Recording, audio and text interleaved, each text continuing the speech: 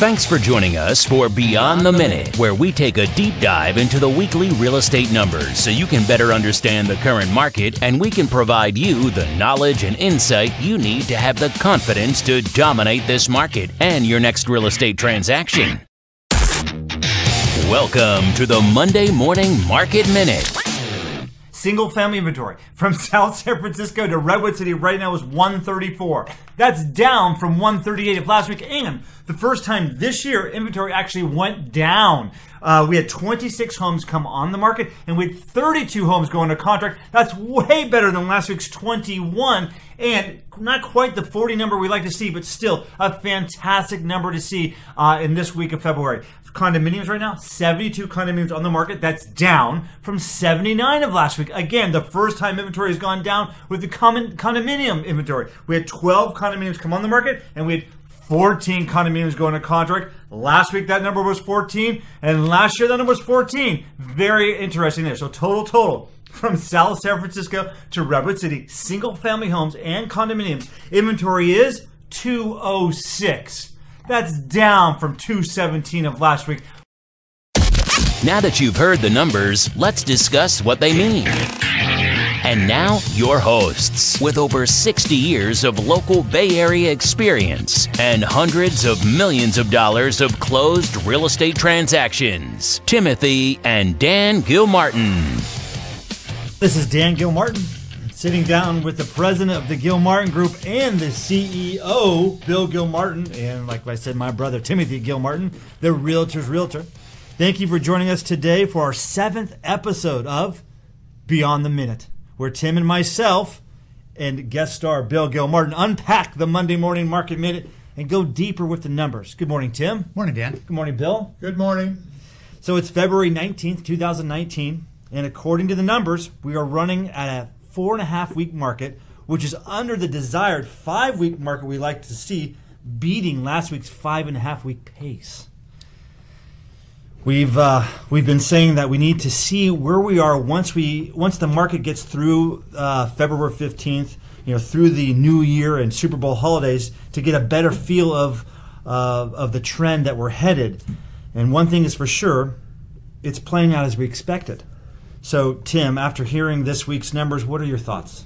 Well, I thought it was really interesting because it's the first week of the year and one of the few weeks where you actually get more sales than listings. And a way to put that into context is to say when the market is at normal, meaning buyers and sellers and taking 45 days to sell a house, kind of a market which we haven't seen in years, or when the market is slow, there's only one time in the year when sales exceed listings, and that's between Thanksgiving and Christmas. So during the year, when you see a week where sales exceed listings, that's either a holiday week, of the second week of a holiday, or like we've been talking about, this kind of 6-week New Year holiday. Remember we said February 15th would kind of give us a vision of what's going to happen with the marketplace going forward. Right. For some people who don't understand, maybe they're tuning in for the first time or somehow found us and they're not in our area. You just mentioned this normal 45-day kind of a market, which we haven't seen. Can you just talk about that? It's usually faster than that, is your point. Well, the market that we've been in since 2012 has been less than 5 weeks almost the entire time. We know when we sell our inventory off in 5 weeks or less, like this week's 4-week market, every property that's priced right to the marketplace near its value is going to get multiple offers, multiple buyers for it. So when we're above the 5-week market, that's a more normal marketplace where maybe it's a 5 to 6, 8, 10-week marketplace where buyers and sellers, reduce prices when it doesn't sell or negotiate over prices. It becomes more of a bid against marketplace, whereas, as you know, we've been in a bid up marketplace where the price generally is higher than the asking price with this less than 5-week market. So we haven't seen a normal market in a long, long time. That market between 2008 and 2012 wasn't normal either. It was terrible. Mm-hmm. Where, in fact, we had over 1,000 homes for sale versus 206. Right. So, Gilmartin Realty started by Bill in 1963 in San Bruno. Bill, back in the 70s, can you recall the pace of the market? What was a normal, we're talking about a 4.5-week market right now. Can you recall what kind of back then, what was normal? Was it a 10-week market? Was it a 4-week market? Well, let me put it this way. The first half of the 70s, we were coming out of the savings and loan crisis at the time. So in the middle of the 70s, we really took off. And I would say, memory being somewhat, speculative, I'd say we were probably in the 3 to 5 week market, yes. Mm-hmm. That was a crazy time. I was cleaning the floors at 6 a.m. back in the 70s, and they were selling 40 houses a month, almost always over asking again then, which is, so maybe we don't have a normal market here except for little blips of time. That's like that concept of equilibrium in economics where it only meets for a moment and then it's going toward one extreme or the other. Tales from the street. We have some interesting tales here. Last week the Gillmartin Group sold 2 more homes, both with multiple offers. One of the homes that we sold with multiple offers was actually on the market for 3.5 weeks, which is typically beyond the multiple offer territory of time. And I bring that up in terms of how it kind of shows where this market's going. Here we're talking about getting it through February 15th. We have a wonderful listing that's not getting any offers, and all of a sudden it gets 2 offers at this time that we've been talking about. And the offers came in under asking, and then we were able to negotiate the price up to the asking price, making everyone really, really happy. So that was very interesting in terms of Tales of the Street. Tim, tell us about also the other listing we had on Carroll. Can you tell us a little about the home and then what came about the sales process there, in terms of getting it sold? Well, that's another interesting story, frankly, because remember we listed that property back in November, late October, early November. It was a house that needed a lot of cleanup and fix up, as the lady who owned it was 104 years old and passed away, and her family's despaired across the country. So when we took it over, we had a budget of $30,000 to spend on the house. Wasn't sure, frankly, if it was going to do anything at all. So we tried to sell the house. We marketed the house in November, December. Frankly, got no action. We got people saying, "I'll give you somewhere around $1.5 million," which, by the way, was about 20% below the asking price at that point in time, 15-20% below the asking price, and the seller wasn't really interested in doing that. So we spent the $30,000, cleaned it up, freshened it up. We put it on the market for $1,780,000, and we did get 4 offers on the property and sold for more than 10% over asking. So that price was a really strong, excited price in Burlingame, so we expected to have that type of action. I would tell you we didn't have as much action as we would have had last February, but I think we got the price we would have got last February. Still got multiple offers, still sold for over asking. Exactly. One other tale from the street was a home in Burlingame that was completely remodeled. Before this project was purchased, it was a hoarder's home, I believe. I only know that because when driving by, I saw papers stacked up on the front porch. And so this home went into a massive remodel, came out beautifully, and they had the courage to ask $5,250,000. To be honest, I was thinking... I saw that price for tour this morning, and I thought it was too high. And I thought it was going to sit. Well, it hasn't even been a week, and it only took a day, and that home sold. Wow. Location of everything. Just goes to show you, I'm just trying to speak to the trend. I'm trying to speak to the buyers, like where is this market going? And we're trying to figure it out. And Tales from the Street, just trying to braille our way through. And what an exciting story that is for those people who sold that home. Very, very intriguing to see that happened. Well, as you know, we even received a question from one of our listeners who wanted to know, how does this lead? What does this really mean toward the trend we've been talking about? We got a question from Rashawn. Okay. Rashawn asked, "Hey Dan," and Rashawn's going back. I don't know if Rashawn heard episodes 1 through 6, but certainly was coming off episode 6. Uh-huh. Hey Dan, if this trend continues, and episode 6 was the trend of that the inventory was growing and expanding. So Rashawn asked, "Hey, if this trend continues for the next 4 months, do you think the prices will come down? If so, how much?" What a great question, too. And frankly, if that trend does go that way, then yes, it will. The inventory will expand and prices will come down to meet the buyers, right? Turns out this week was sort of the finish of that 2-week expansion contraction, and we're back to almost normal. We're at 206 total homes for sale this year, was that lower? That's lower than last week, but higher than last year, probably by about 30%, as I recollect. But the fact of the matter is that we're still less than a 5-week marketplace, and we have to watch. This is going to cut. We're right on the edge, right? So I think if we, on a week-by-week basis, you should tune in every week. We're going to continue to confirm whether the trend is going to stay with our tight market trend, or if we're going to actually finish this tight market and move toward a buyer's market trend. Getting out of squishy. Yeah.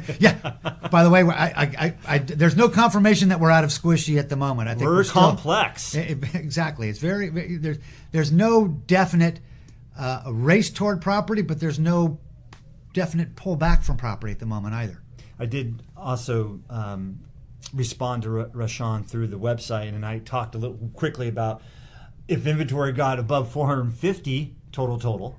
Things would change there. Prices would probably come, down, but certainly year over year from 2017, I reiterate, we're up. Absolutely. From 2017 to 2018, 2018 to 2019, we're up. Yeah. What other questions are you getting on the street? I think it's the basic question: is the market going down? Mm-hmm. I think the answer has to be actually no. Is the market going up? I don't see that necessarily either. Again, we're sticking in that kind of steady range of buying and selling at a value where we were last year about this point in time. Bill, since you're sitting with this, what other, besides that kind of a question, because I know we're all getting that question Tim just mentioned, are you getting any other different types of questions as you're out in the public? Well, look at it this way. When you go up and down 280 or up and down 101, both of those highways are absolutely jam-packed with people. There's a lot of activity here, a lot of employment here. Office buildings continue to be put up here. So this is going to increase employment. Unfortunately, it's going to also impact our infrastructure. But the more employment here, and we've been very fortunate, the stronger our market is going to remain. Yes, we may have some, let's say, modifications to it, but basically we're in a very sound economic, if you will, Silicon Alley, not Valley, alley. So I guess kind of what I'm hearing there is you're getting a question of, hey, Bill, are these prices leveling off, or where do you see the market going? And your response is, look what's going on around us. We got all these people around us. We got great jobs. And the values are... Facebook, they're building that building down there in the old drive-in here in Burlingame, 803,000 square feet for their ocular division, which is the what is that, virtual reality visual goggle deal. I'm sorry, I'm so old, I don't get it. 803,000 square feet means about 6,000 employees or thereabouts. That means everybody comes with a husband and a wife and a child. So that's like 18,000 new people for the zone. We will be using those goggles for virtual tours. People will be. We will be sitting at a table virtually, signing contracts, showing property, probably not getting in cars, looking at multiple properties together, and signing paperwork over the internet in this fashion. Won't that future. Be interesting? And we do that now with FaceTime, right? We do. We walk through a house with FaceTime. It's actually going to only allow us to serve better. Right. Wrapping things up here, Tim. What should buyers be thinking? I think they should be out there buying right now because inventory is not growing. Rates are still low, actually down at the moment. And, if the trend holds steady and prices don't go up or down, then getting in is the key. So just keep on buying. And as I think of that question, along with you, buyers are asking this question, where's the market going? Are prices going down? Prices going up? I'm reminded of, in confusion lies opportunity. And with interest rates where they're at, and people kind of confused, using the word squishy, using the word complex market, lies opportunity. Absolutely. Certainly more opportunity today than they had last year at this time. Meaning you might be one of 2 offers, not 12. Exactly. Tim, last question. What should home sellers be thinking? Pay attention to their pricing. Don't overprice your home. Seems to be an underlying theme. Oh, exactly. The fact of the matter is that when we get to a bid against marketplace where the buyers are offering less than the sales price, then we have to start to figure out, how to strategize that. Right now, the strategy is how to get more than one buyer to want to buy your home. Absolutely.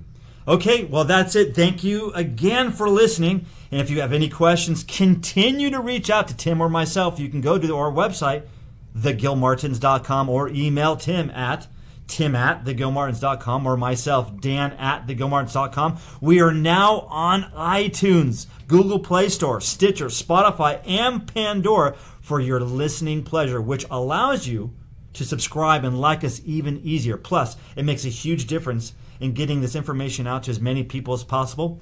Have a great day, and we look forward to speaking with you next week. Thanks, Dan. By the way, I subscribed today already. Good job. Bill, have you subscribed yet? I will. Super. Okay, talk to you next week.